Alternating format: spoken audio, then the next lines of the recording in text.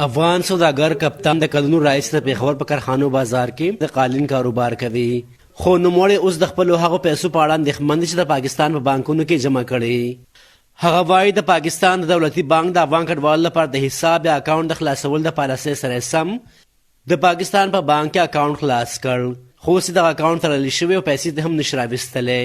اوس د عصمت په نوم باندې اکاونټ چې موږ خلاص کړی د په خپل دکان د عصمت په نوم باندې ده، په دې باندې خلاص کړو بند پیسې هم باندې دي، اکاونټ هم بند. 6 میاشتې 7 میاشتې کېږي چې موږ خلاص کړو، بیرته را باندې بند کړ. جاره دې ټول 3 میاشتې ایله چلېدلی، بیا موږ ته ویلې د اکاونټ هم بندېږي، تاسو څنګه چل کوئ، تاسو څه حساب کوئ. موږ خو ویلې چې نه به بندېږي، موږ خپل اوس هم دا اوس موږ چې کار کوم د بل چا په اکاونټ یې کوو. پاکستان حکومت ته د موږ ډېره زیاته ګټه رسېږي. اوس دا مال خو خوښې نه راځي، اول به کشتم کېږي بیا به راځي. د دې پیسې څوک تاویلي؟ خو موږ یې تاویلو. دې سره مزدور، دې سره د وطن خلک ټول موږ سره په دې هغه کې انوال دي. غوښتنه همدغه ده چې موږ ته باید سهولت راکړي، اکاونټ موږ ته خلاص کړي، نور بزنس ته چې چمبر کارت موږ ته راکړي، باید چې موږ ته ځانګړي کارټونه راکړي، موږ باید چې په دې افغانانو په دې حساب کې موږ د عام خلکو په حساب کې دا رانه ولي. بلې موږ پاکستان معیشت ته ډېره زیاته ګټه ده. په میلادي کال 2019 کې د پاکستان ریاستي بانک د نادرا سره رجسټر افغان کډوالو ته د پاکستان په بانکونو کې د حساب اکاونټ خلاصولو اجازه ورکړه. دغه راز پاکستان حکومت افغان سوداګرو ته د ویزې شرایطو کې د اسانتیاو اعلان هم وکړ، خو افغان سوداګر وایي دغه اسانتیاوې اعلان شوي دي خو په پوره توګه عملي شوي نه دي. افغانان چې کوم د پی آر کارت میلاویږي هغوی کولی شي بزنس وکړي، بینک اکاونټ کولاو کړي، مطلب لیسانس جوړ کړي، خو عملا داسې ماته داسې خاص دغه نه ښکاري که مطلب داسې خاص د عمل نه کېږي. قانون شته لیکن قانون عمل نه کېږي.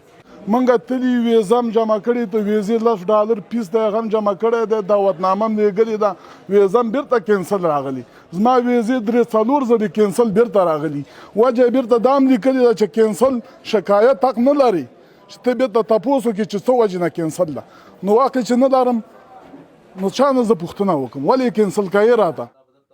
افغان سوداګر دعا کوي چې پاکستان حکومت ترې ډبل مالیې یا ټاکسز اخلي، خو افغان سوداګرو ته هیڅ اسانتیاوې نه ورکوي. دوی د پاکستان حکومت نه غوښتي چې د افغان سوداګرو لپاره د ویزې شرایط آسان کړي او په بانکونو کې ورته په اسانه سره د اکاونټ څخه خلاصولو اجازه هم ورکړي. چې بینک ته لاړ شو، موږ ته وایي چې اکاونټ تاسو نه کولاویږي، تاسو سره دی افغانۍ کارت، نو بس چېرته ورسو واپس موږ ته اکاونټ هم نه خلاصوي او پاسپورټ باندې موږ د مثال درته ویزه هم نه لګېږي. غوښتنه باید چې موږ ته دې خواته ګوره اکاونټ کولاو سي، موږ ته په ویزه باندې ټاپي ووایي او کاروبار د موږ د قالینو کاروبار نور څه کسب نه سو کولی. موږ دلته موږ 27 کاله ووتل. هر سړي ته اوس ضرورت دی د پاسپورټ، د ویزې. موږ کاروباري خلک یو چې موږ ته یو پالیسي جوړه شي، موږ په هغه باندې هماغسې قدم به واخلو. خو چې تاسو موږ ته حکومت د دغه ویزو شتون پیدا کړي موږ ته او پاسپورټونه موږ ته عام کړي، نو غریب سړي لپاره مشکل دی، مالدار لپاره هر څه شته دی. د پاکستان حکومت د افغان کډوالو د وسلو پریکړې دلته افغان سوداګر سخت اندېښمن کړي. افغان سوداګر د پاکستان په اقتصاد کې د مهم رول لوبولو په بدله کې د پاکستان حکومت نه د پاکستان حکومت ته تابعیت غوښتنه هم کړې.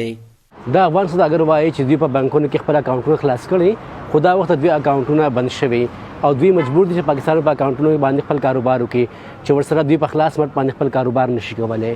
رحمان الله، BBC، پېښور.